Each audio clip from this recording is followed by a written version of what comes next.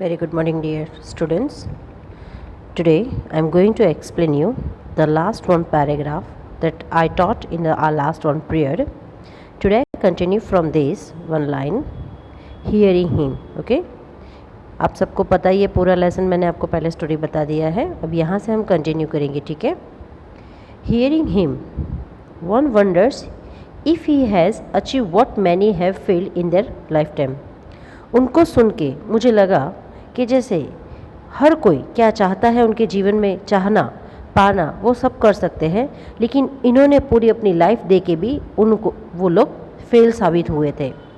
He has a roof over his head. उनके सर पे छत तो है. The cry of not having money to do anything except carry on the business of making bangles. Not even though eat enough to eat rings in every home. उनके हर जगह पे वो बैंगल बनाने का काम करते थे और ये बिज़नेस वो कैरी करते थे, मतलब पीढ़ी दर पीढ़ी काम करते थे. पर फिर भी उनके घर में पैसा ना होना और भरपेट खाना भी ना मिलना, यही बात हर जगह पे हर किसी के घर में सुनाई देती थी. The young man echo the lament of their elders. जो भी नौजवान पीढ़ी थी वो हर कोई अपने बूढ़ों से, मतलब अपने घर की वडीलों से यही कंप्लेन करते रहते थे, यही बार बार चीज़ कहते रहते थे. Little has moved with time it seems in the Firozabad. years of mind numbing toil have killed all the initiative and the ability of dream. Here mind numbing is means boring work. Okay. Little has mood मतलब धीरे धीरे समय जाते जाते फिरोज़ाबाद के अंदर जितने भी लोग थे वो ऐसे ये काम करते करते करते करते उनको जैसे बोरिंग लगने लगा था, ये वर्क उनको बॉदर लगने लगा था.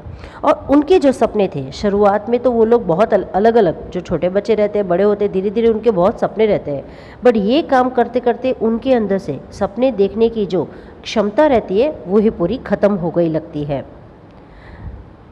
ओके. Next,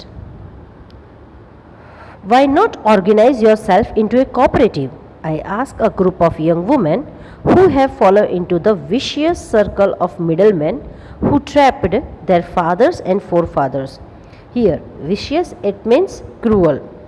मैंने एक यंग वुमेन का जो ग्रुप था उन सब से मैंने कहा कि आप लोग एक कोऑपरेटिव सब साथ में मिलके एक ऑर्गेनाइजेशन खड़ी करके आप कोई कोऑपरेटिव वर्क क्यों नहीं स्टार्ट करते हो.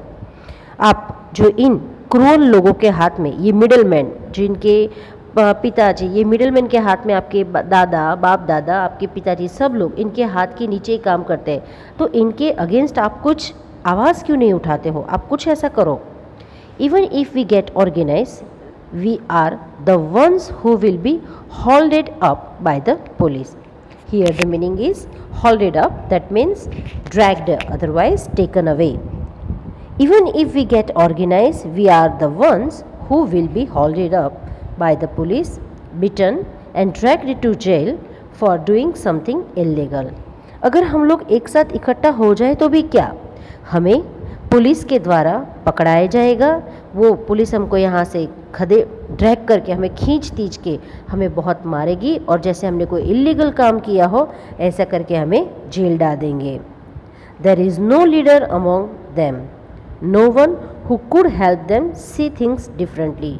उन लोगों में कोई लीडर ना था कि जो उनको डिफरेंट तरीके से, मतलब अलग पॉइंट ऑफ व्यू से वो कुछ देखता और उनको मदद करता.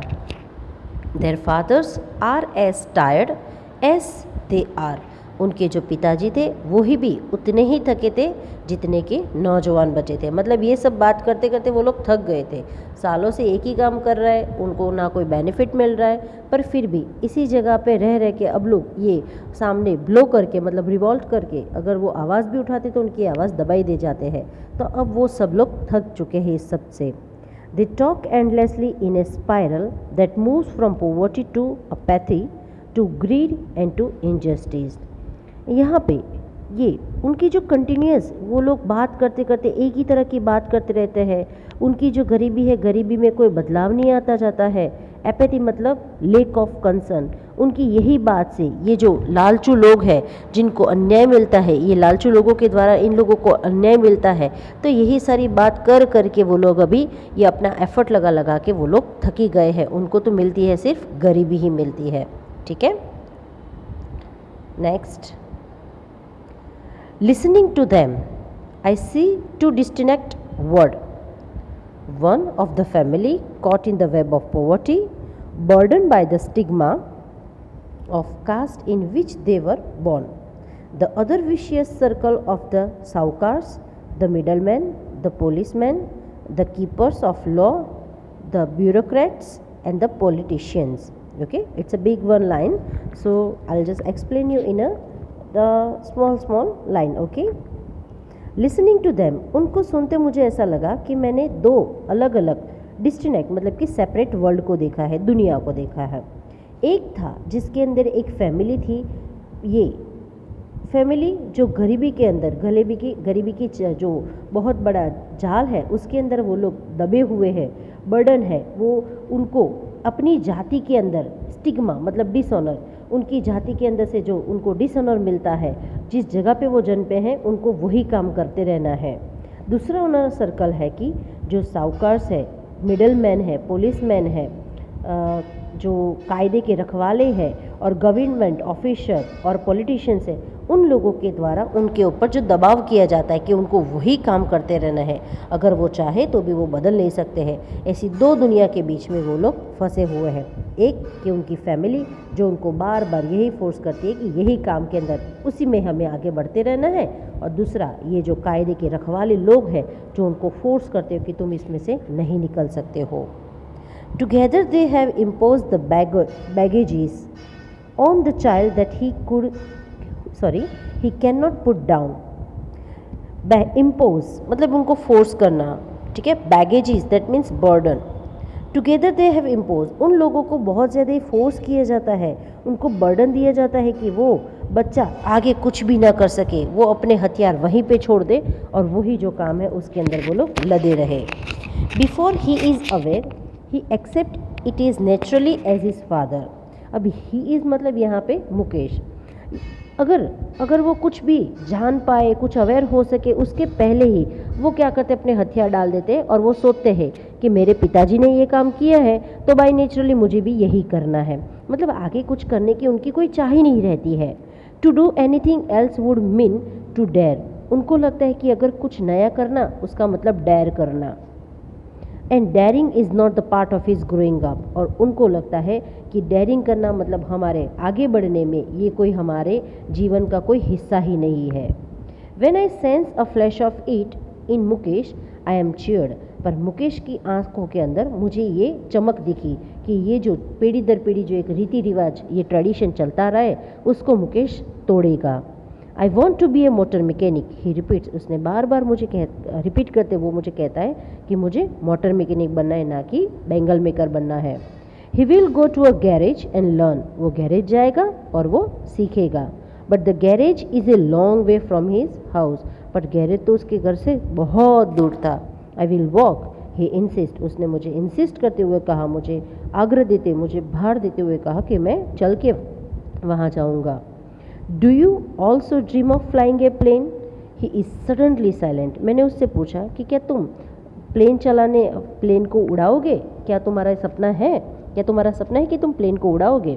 तो वो अचानक से साइलेंट हो गया। No, he says staring at the ground in he small murmur there is an embarrassment that has not yet turned into a regret. Okay, and repeat this one line. Staring at the ground in his small murmur, there is an embarrassment that has not yet turned into a regret. उसने तुरंत मुझे ना कहा, वो एक ज़मीन को घूरते हुए मुझे थोड़ा सा मरमर मतलब कि धीरे धीरे बोलता है और थोड़ा शर्माने के तौर पे उसको लगा, गिल्टी लगा कि ये बहुत बड़ी बात हो गई, अभी तो गाड़ी सीखना है, प्लेन तो बहुत दूर की बात है। तो उसको जैसे उसको कोई रिग्रेट ना था, लेकिन उसने साफ मुझे कह दिया कि नहीं, मुझे प्लेन नहीं उड़ाना है। He is content to dream of cars that he seems hotly down the street of his town. Few aeroplanes fly over Firozabad. उसने अपने इच्छा से उसने कहा कि मुझे तो सिर्फ गाड़ियाँ चलाने का शौक़ है और वो गाड़ियाँ इस स्ट्रीट के, इस टाउन के गलियों में मैं चलाना चाहता हूँ जहाँ थोड़े से एरोप्लेन्स है जो फिरोज़ाबाद में ऊपर उड़ते हैं। पर मेरी इच्छा तो गाड़ियाँ चलाने का है, गाड़ियों को रिपेयर करना, गैरेज जाना, वही मेरा सपना है। ठीक है बच्चों, यहाँ तक हमारा लेसन ओवर होता है। I hope you can understand very well. Thank you so much.